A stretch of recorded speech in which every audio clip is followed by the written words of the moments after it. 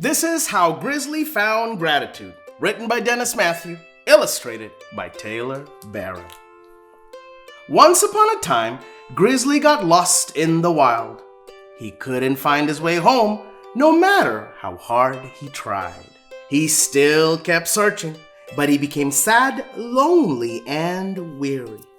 One day, when he couldn't take another step, he stopped to catch his breath.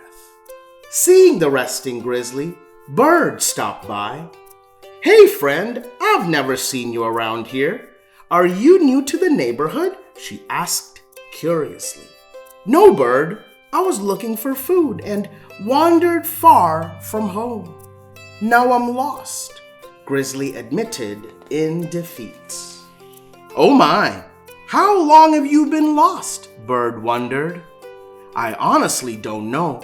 I've lost all track of time," Grizzly answered sadly.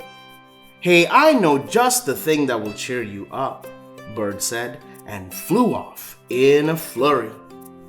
Grizzly didn't know what to expect, but he followed her anyway. Bird flew and flew with Grizzly carefully pawing behind her, and soon they came upon a bear's favorite treasure. There, hanging from a huge tree, hidden in plain sight, was an abandoned honeycomb, drenched with Grizzly's favorite, ooey gooey golden honey. Grizzly stood tall and gleefully threw his face into the honeycomb, devouring every drop that he could slurp, sip, drink, and chew. He was full, oh so full. Grizzly licked his fingertips. Yum, that was scrumptious. It tasted just like the honey back home, he said. "What was home like?" Bird asked. "Oh, you wouldn't believe it," Grizzly said, as fond memories of his home flooded his mind. "So much honey and all the berries and fruit I could eat. Some days I would jump into rivers and catch big fish. Other days my friends and I would wrestle in honey, slipping and sliding around. Oh, what I wouldn't give to be there right now." Bird comforted Grizzly. "Well, one thing I've learned is, even when things don't go our way, if we have gratitude, we can be happy." "Gratitude? Does it taste like honey?" Grizzly questioned. "No, Grizzly, it's not something you eat." "Does it fly like you? Does it scratch its back on a tree like me?" "No, Grizzly, it's not a living thing like you and me either. Gratitude means to be thankful." Bird enlightened the bear. It turns out that Bird's friends were not too far away. They were soon about to meet her burly new friend. "Well, what do I even have to be thankful for?" Grizzly did not sound happy. "I have absolutely lost everything." Bird listened to the anger, the sadness, and the hurt in his voice. She gently consoled him.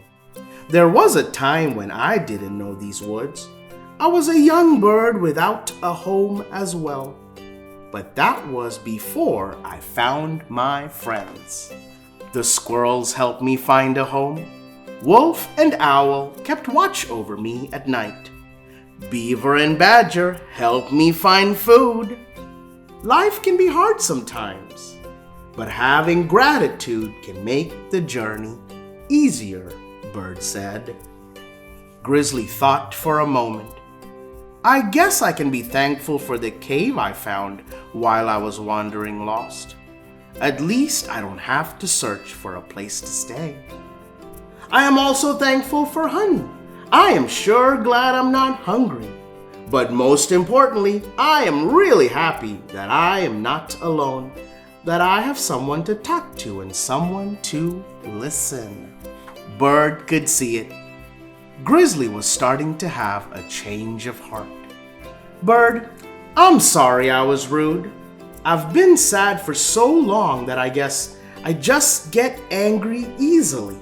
and sometimes I forget to be kind." "You're forgiven, my friend," Bird kindly replied. They were watching the sun set in the distance. Tomorrow's a new day, and sometimes we all need a fresh start. Bird's gratitude rubbed off on Grizzly. He became happier the more he was around Bird and her friends. Days, weeks, months, and seasons went by.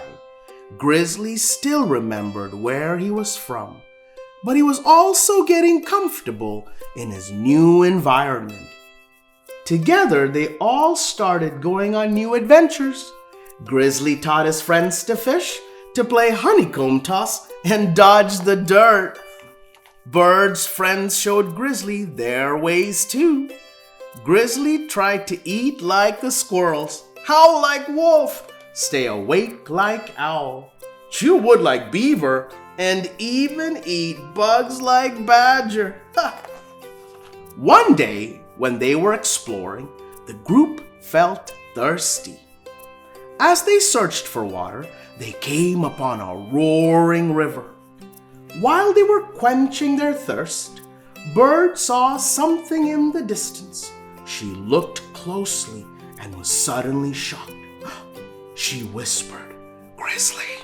Grizzly looked up and couldn't believe his eyes.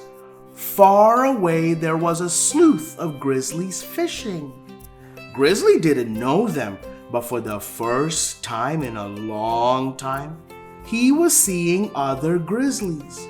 It reminded him of his old home. Bird even had an idea. Maybe they can help you find your way back home. Was Grizzly going to stay, or was he going to leave? His friends wondered. They were getting ready to leave when one of the bears spotted Grizzly and his friends. "Hey, what are you doing over there? Come join us!" he hollered and walked over to Grizzly. "Just spending time with family," Grizzly replied. The visiting bear looked confused. "What about you all?" Grizzly inquired.